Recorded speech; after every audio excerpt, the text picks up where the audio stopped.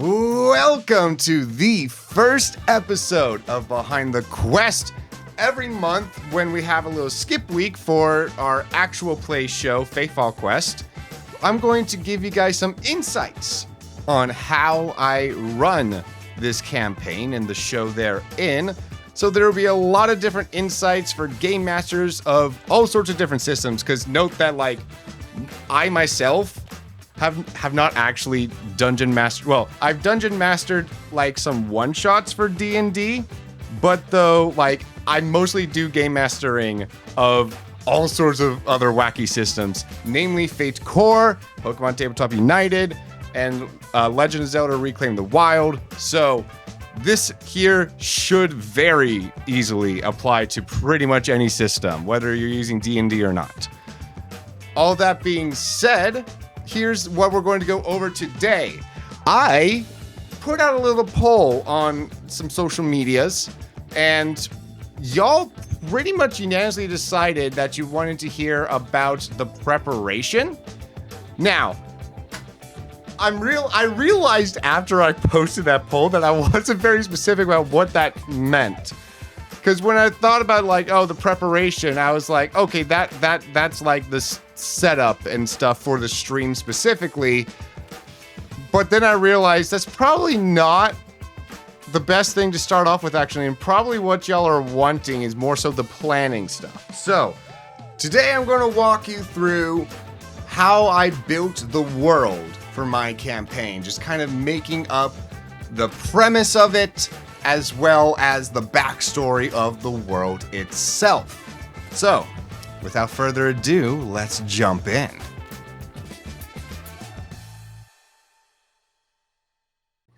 So every time that I start a campaign, it always starts with one idea, because I don't use pre-existing stories and pre-written campaigns or anything like that. I love just kind of building my own world from scratch and story and all that stuff. So I have a lot more fun that way. I get to, flex my creative juices essentially. So planning the campaign, this is where I do the most planning. The other bits with the arcs and sessions, you'll notice that I do less and less planning for that. I mostly have this idea for the overarching stuff. And then when it comes to the session by session stuff, I have enough to give the players direction. And after that,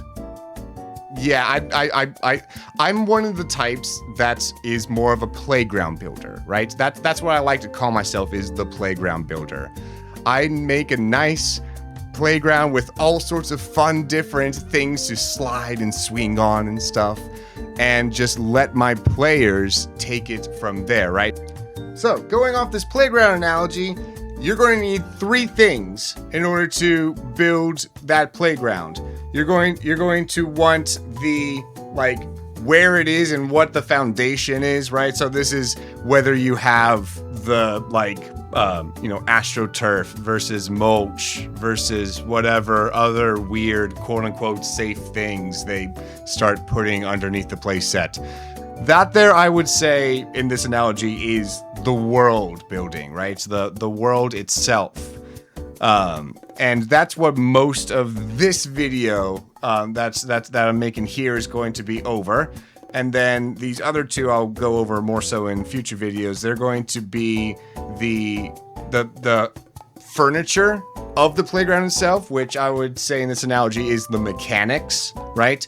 In most cases, that is just going to be provided to you by your tabletop RPG systems rulebook, right? So that would be the spells that they use, and what dice they roll, the actual interactions and the mechanics therein.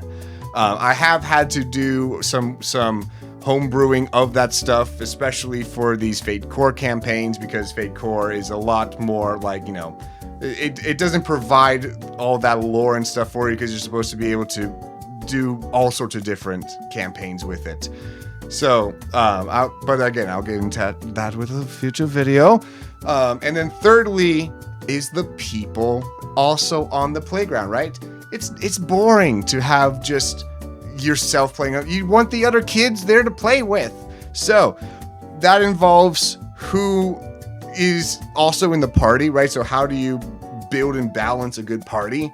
And then also like the NPCs and stuff. And then you could also say the story is a part of that, right? So what they are all doing with the equipment on that world to like, play with each other, and what they get up to, the story that they build. So let's dive in further with that first part though. Let's look at that foundation. When I was planning up Faefall Quest here, which is an actual play show that is urban fantasy, right? So the idea here, basically I started off with this premise of what if we reverse isekai, right? So isekais, for those not familiar with the anime trope, is when anime protagonist gets sent to other world, and suddenly now he has magic powers and he's going to go fight the boss and stuff. So he gets basically just like, normal guy from our world gets sent to a fantasy world to be a protagonist. And so I wanted this to be reverse. The idea here being that, like, what if the entire world suddenly got isekai'd? What if everyone suddenly finds themselves as elves, and so forth, dwarves, the like, orcs, etc.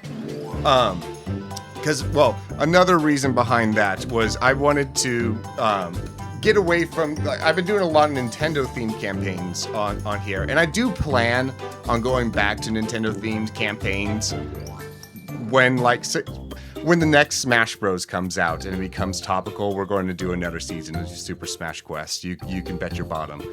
But for now, yeah, I wanted to, like, while Nintendo is on this lull of sorts, just kind of do a little fantasy thing, just kind of, because I like fantasy and all this stuff, and so I thought it would be a fun idea. Now, here's the thing. Because I'm using the regular world, I wanted this to still be like them going to exotic locations nonetheless, right? I mean, everything that's happening to them is already exotic, and frankly, like, it would be boring if it's just like, oh, we're just going over to New York City, and it's just our regular world. I mean, there is a lot of intriguing stuff about the regular world, but magic all of a sudden. I mean, frankly, and I do plan on exploring this, just like the implications of that's therein, right? Like, how do you regulate that? Because, like, a lot of times governments are very slow to start rolling out regulations of things, especially when they don't fully understand it. And there isn't anyone to give them expertise here at all, right? Except maybe some of the fairies that are able to speak, but those are few and far between. So that is going to be some things that are going to be explored in this campaign. But though, like, let's bring it back here. Let's bring it back. Let's roll it back in. So with regards to the backstory of the world, right? So I wanted this to make sense as to how the world becomes like there's two ideas that I was tossing around here. Maybe I should start with this. There's two ideas that I could have gone towards. Either the like, if this were like a true like isekai type thing, I would have like the other world is like the magical world is an alternate universe altogether that is now starting to combine with our world, right? So that was one idea, and I didn't quite vibe with that because, well, firstly, that's been done in animes like solo leveling, so I didn't want to just become a solo leveling clone and stuff like that. But also, I found it to be a little bit more intriguing to do a, like, what if the magic used to be there and it was sealed away somehow, right? The whole world was magical. You had all these different, like, biomes like Feywilds and things like that. And then it and then it got sealed away somehow, right? So going back to the idea that I mentioned earlier about wanting a world to be like more than just our world plus, right? So that there kind of helped with that, because then what if there was also like these fantastical biomes? It's like, the world itself would transform into like other like, well, I guess either one would help with that, but the point being that's like, for example, the floating spires of New York City, right? Suddenly New York is on these floating islands, and so everything is like extra high up, which is especially concerning because the skyscrapers are already super high. So now you basically got space elevators accidentally. But yeah, so I don't know. Here's the thing: I'm letting the guest stars choose what biomes we're going to. So that's part of it there. I'm not completely choosing them myself, so I don't know. Maybe one of the guest stars later will choose the New York City thing. I don't know. Who knows? Now, another thing with world building is you do want to have some sense of familiarity, especially when it comes to like maybe some shared terminology and things with other existing worlds that maybe your players or the viewers, in my case, might be familiar with. But though, like races, for example, I was going back and forth about whether I should call, like, say, catfolk, for example. Should I be calling them tabaxi? Like, there's all sorts of different catfolk terms that are out there. Then I started to think about this, and like, you'll see tabaxi listed at the like bottom of the stuff. Like tabaxi ended up being what I went with session 1, but though like I started to realize within a few sessions, it's like, wait, if the world itself has been isekai, like think about our politicians and the ones running the news and stuff today, right? The media, all of that. Not all of them are very familiar with the term tabaxi or kobolds or I don't know how to pronounce the bird folk one that D&D has. But anyways, so a lot of them would say like, bird persons, cat persons. However, D&D and I guess the fantasy stuff in general, a lot of times cat folk is a term that gets thrown around and stuff. So like I think that you could argue people could naturally start calling them cat folk. They would naturally start calling them dragon folk, bird folk, merfolk, deer folk, plant folk, etc. So that's what I'm going to essentially start using. I've started to sprinkle those terms in slowly into the campaign, but though, yeah, those will be used a lot more. And then you have halflings. So the term hobbits is very popular thanks to the Lord of the Rings, right? So whenever people think of what would be halflings, most people in popular culture more so associate that with hobbits. So that is what I believe the media at large would start calling such, right? They would refer to them as hobbits. Possibly they might get them confused with dwarves as well. So there might also that might also be a problem where actually I'm just now realizing this interesting problem as I am talking about it. It's like, there might also be some people that's going to mistake a hobbit for a dwarf or a dwarf for a hobbit. So that's going to be a thing. Yeah.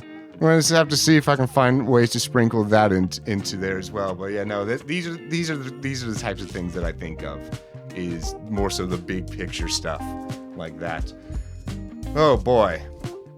But yes, so another interesting problem that I wanted to solve was, would there be continuity between an individual and what they turn into, whether it's an elf, dwarf, etc., and their parents. Would their parents turn into the same thing? Would there be any kind of continuity therein, or would it be some other determining factor, right? Like, what was it that was going to determine if you are an elf or a dwarf or whatever, right? There has to be some kind of rhyme or reason. I didn't want it to just be completely random. I don't know. That's feels kind of cheap if I were to just completely do it that way. So I decided it would make the most sense if there was going to be some kind of continuity, because I mean, the other ideas with it being like, however you feel in your heart or whatever, people's feelings change over the years. So what would prevent you from then turning into, like, you know, you start off as an elf because you feel like high and mighty or something, and then you start becoming more of a rascal, and then you more likely the other way around, and then, you know, start turning into a cat or something along those lines. So yeah, I want it to be is just DNA. So going down that route, oh boy, that was a rabbit hole that I started to go down. Because if it's about the DNA, how far back does that go, right? So if magic was sealed away in prehistoric times, what did that look like? Who was where? Because obviously a lot of people are going to congregate around those that are similar to them, right?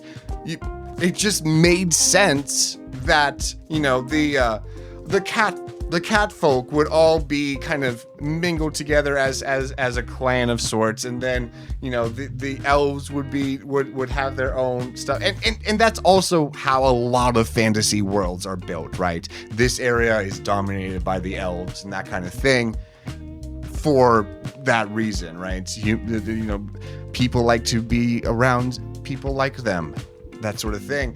So that's when I started to map out all of that, like, prehistoric stuff. So I'll have here on the screen, for those watching the video version on YouTube and Spotify, how I ended up mapping that out. And then this is also for those of you that are on audio only platforms. Head over to the Discord link in the description. Head to the behind the scenes channel in the Discord. So for that, I mapped it all out, and I wanted the player preferences to matter the most. So everything that is seen in that graphic is not completely canon, except for the ones where the players had a thing. Now, I did decide that there would be some nomadic groups within that, right? So at first I thought that like humans and dryads would be the would be the migrant one, because like there are trees everywhere, firstly, right? And since I was already establishing in the lore that humans were just non-magical beings in general, right? So like you could have your child accidentally be born a human from whatever clan. So humans, it just made the most sense that they would be spread out. And then dryads, I would be like, yeah, well, wherever there's trees everywhere, right? Well, not quite. So on the map I put dryads just where there's just the most trees, but in general, it's just wherever there's trees. So technically they are global-ish, not quite as global as humans, but anyways, so that was one thing. And another interesting thing with this whole concept of it being passed down, since magic became sealed away, people would start intermingling a lot more, especially in modern times where post-colonialism, there's been a lot of moving around, and now you've got, melting pots like America, etc. So it made a lot. So actually, when I went to my players, I was like, hey, it's probably going to make the most sense that you are a mix of different things. And I thought that was going to be fun. You know, you get to mix and match. You know, maybe you have like a catfolk elf where the ears are a little bit more longer or something like that, and things along those lines. And only one of my players really dug into that.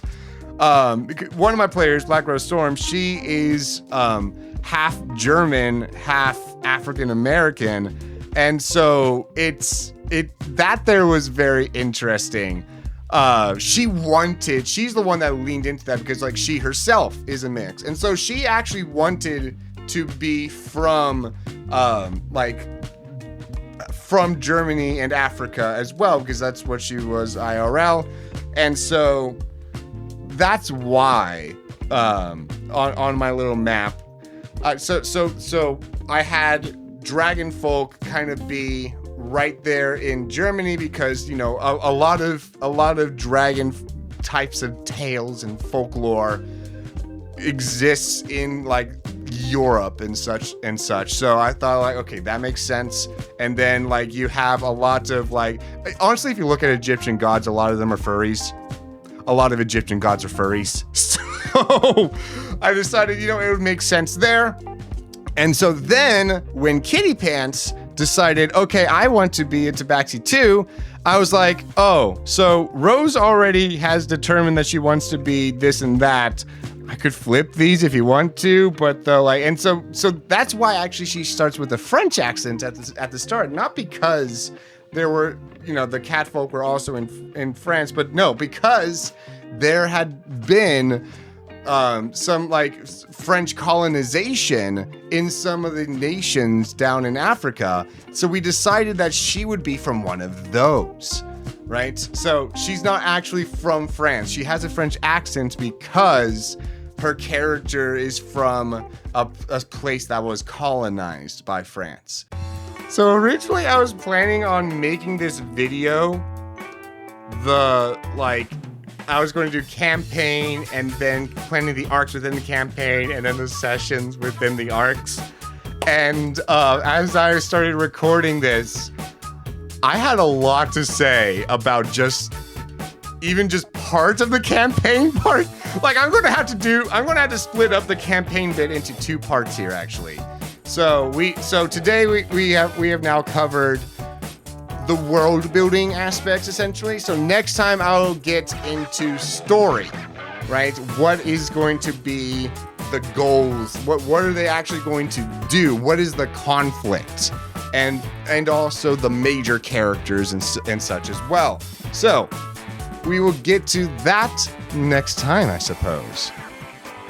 Thank you guys so much for watching, and make sure that you are following this Faefall Quest wherever you get your podcasts, as well as subscribing here on the YouTube and such likewise. And also Faefall Quest does also record live on Twitch Tuesdays at 8 p.m. Eastern. Except during the skip weeks, of course, which is once per month, usually the last day of the month. But yes, we will be back with more Faefall Quest this coming week. So therefore, I must say, I'll see you all next Faefall. Bye!